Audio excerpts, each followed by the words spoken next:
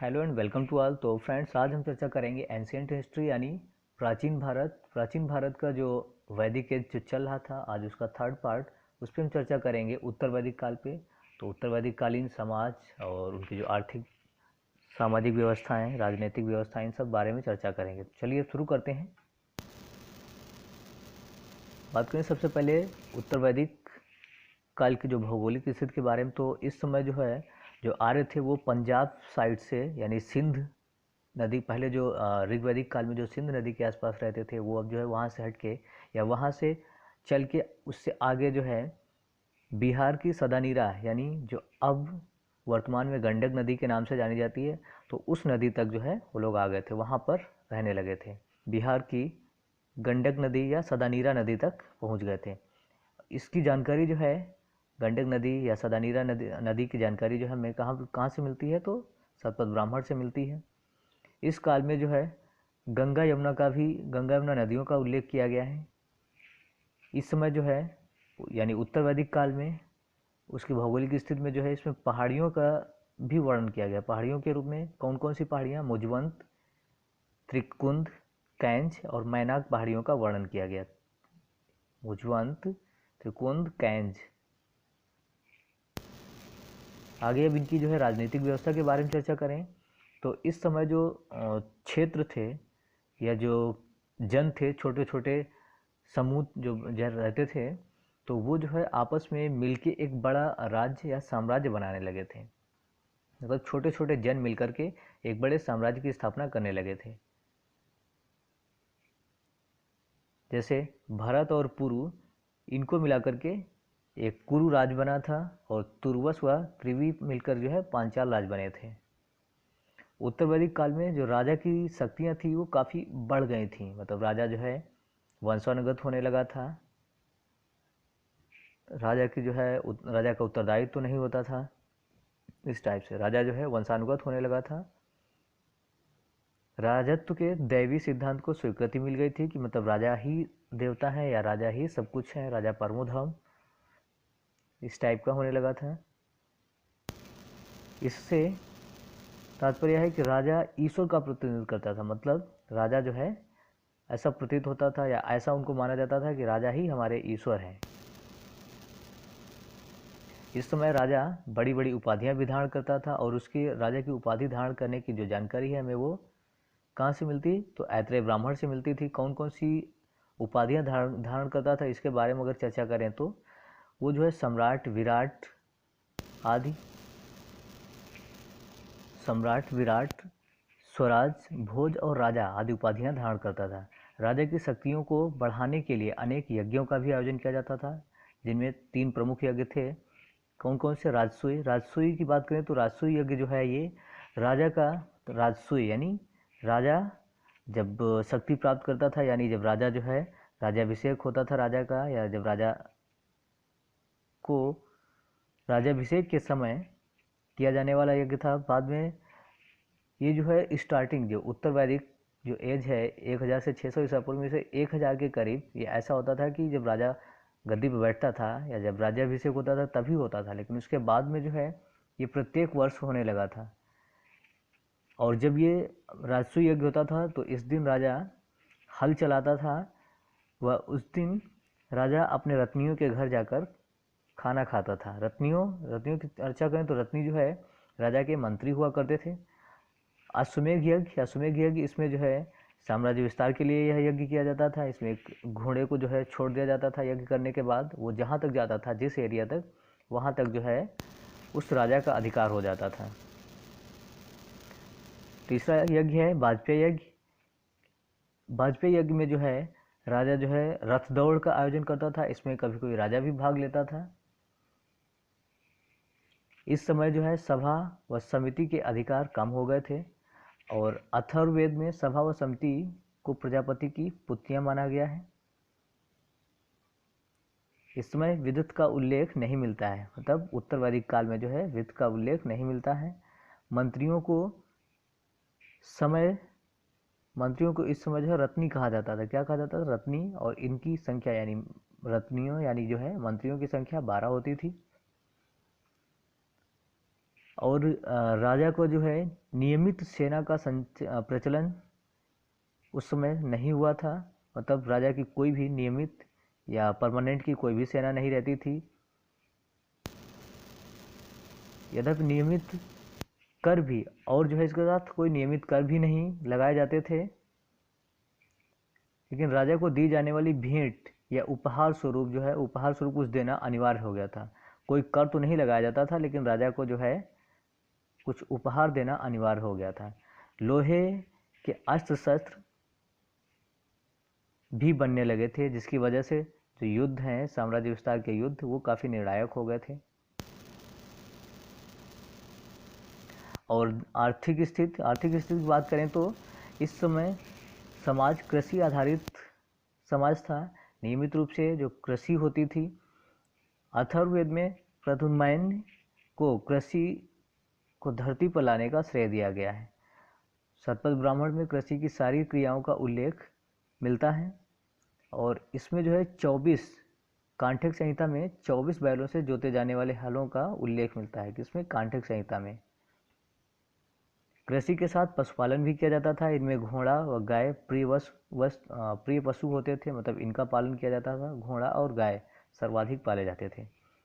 मुद्रा प्रणाली का विकास इस समय नहीं हुआ था, और इस समय जो भी व्यापार होता था वो सारा जो है गाय और निष्क को मुद्रा के रूप में प्रयोग किया जाता था।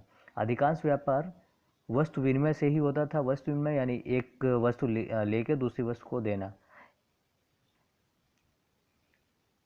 औद्योगिक विकास समय लगभग ना के बराबर था। लोहे का उपयोग इस काल की सबसे प्रमुख विशेषता, यानी उत्तर वैदिक काल में जो है लोहे का प्रयोग होने लगा था।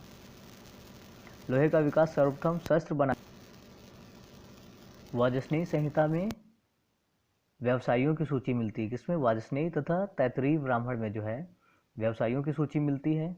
और इस समय एक सतनाम संभवतः जो है चांदी की मुद्रा चलती थी। बांट की मूलभूत इकाई कृष्णल थी। रत्तिका तथा गुंज या गुंजा तौल की इकाई थी। और इस समय इस समय में जो लोहे को जो लोहा होता था उसको श्याम अयस या कृष्ण अयस कहा जाता था। तैत्तिरीय संहिता में ऋण के लिए कुशीद शब्द का भी उल्लेख मिलता है। तैत्तिरीय संहिता में ऋण लेने के लिए यानी कर्जा के लिए जो है लोन के लिए कुशीद शब्द का भी उल्लेख मिलता है। और इस समय जो है लगभग 9 प्रकार की कृषि की जाती थी, यानी 9 प्रकार की फसलें उगाई जाती थी, जिनमें मुग्ध यानी मूंग, मास यानी उड़द, जौ और ब्रीह मीन्स धान, गोधूम यानी गेहूं, इतनी जो है सर्वाधिक उत्पादित की जाने वाली फसलें थीं। और इनका जो कृषि का जो भी जानकारी मिली वो शतपथ ब्राह्मण से मिली। उसमें जो है सभी मतलब कटाई, बुआई और मढ़ाई यानी उसकी जो भी सारी क्रियाएं थीं उन सब की जानकारी मिलती है। उपासना की भी 2 प्रचलित विधियां थीं। अब आगे बात करें तो जब लोहे का जानकारी हो गई थी तो जंगलों की उस लोहे के बने औजारों से या उपकरणों से जो है जंगलों की भी कटाई आसान हो गई थी, जिससे कृषि कार्य और आसानी से किया जाने लगा। जब कृषि कार्य आसानी से होने लगा तो इसे लौह क्रांति कहने लगे। इसकी सामाजिक स्थिति के बारे में चर्चा करें तो उत्तर वैदिक काल में वर्ग व्यवस्था स्थायी रूप से स्थापित हो चुकी थी। यानी इस समय जो है समाज कई वर्गों में विभाजित हो चुका था, वो स्थायित्व रूप में हो गई थी। इस समय वर्ण व्यवस्था जन्म आधारित थी। व्यक्ति अपने वर्ण को बदल नहीं सकता था। और उत्तर वैदिक काल में कुल शब्द का उल्लेख मिलता है। कुल यानी कौन किस कुल का है, वो कुल का भी उल्लेख मिलता है। व्यवसाय के आधार पर जातियों का निर्धारण होने लगा था। गौत्र भी अस्तित्व में आ गया था, यानी गौत्र भी प्रचलन में आ गया था। और अथर्ववेद में इसका उल्लेख मिलता है। संगोत्री यानी समान या एक ही गोत्र में विवाह की निंदा की जाती है, यानी विवाह वर्जित था।